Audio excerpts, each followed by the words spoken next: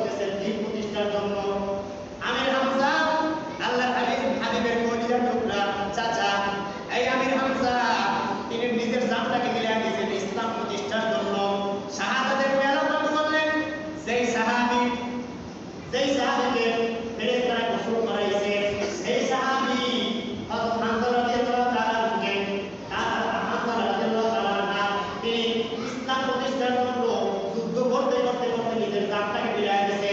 আল্লাহর হাবিব বলেন সেই ফেরেশতা জান্নাতের সুঘ্রাণ পাইছে জমিনে বসিয়া সেই সাহাবী হযরত আনাস ইবনে নাযর রাদিয়াল্লাহু তাআলা আনহা তিনি এমনভাবে যুদ্ধ করছেন আল্লাহর হাবিব যখন আক্রান্ত হইলেন দাম মুবারক শহীদ হয়ে গেলেন মাথার মধ্যে লোহার মালা ঢুকে গেলেন তখন তিনি ওমরকে ডাক দিয়ে বলেন এ ভাই ওমর আল্লাহর হাবিবের কি অবস্থা তিনি কোথায় আছেন ওমর ডাক দিয়ে বলেন আয় আনাস আল্লাহর হাবিব মনে হয় দুনিয়াতে আর নাই সারা খরচ করছেন আনাস ইবনে নাযর ডাক দিয়ে বলেন ভাই যেই জমিনে ও আল্লাহর হাবিব নাই সেই জমিনে আমি আনাসও নাই।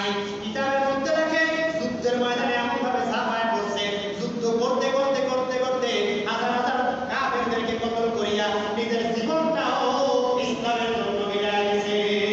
আল্লাহর হাবিব বলেন এই আনাস ইবনে নাযরের লাশ তিনি শনাক্ত করছেন হাতের আঙ্গুলের পর থেকে কি দিকটা হাতের আঙ্গুলের পর থেকে শনাক্ত করছেন।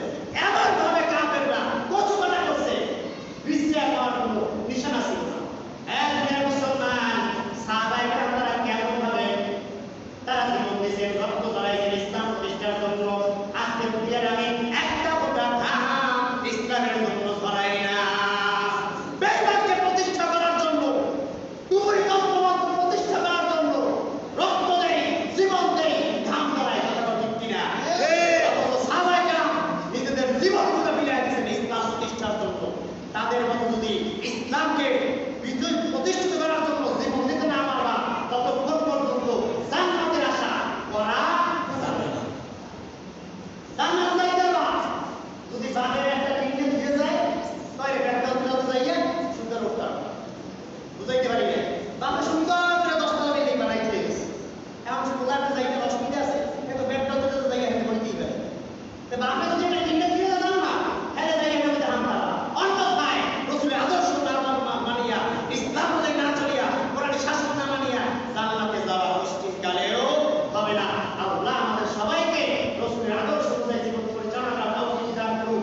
ইসলাম অনুযায়ী মৃত্যুর আগ পর্যন্ত ইসলামের পক্ষে থাকিয়া ইসলাম প্রতিষ্ঠা করার জন্য আল্লাহ আমাদের সবাইকে কবুল করে নেন। আমিন। ওয়া আখিরু দাওয়ানা আলহামদুলিল্লাহি রাব্বিল আলামিন। এখন আমাদের সামনে আমাদের আমন্ত্রিত মেহমান তিনি আলোচনা পেশ করবেন।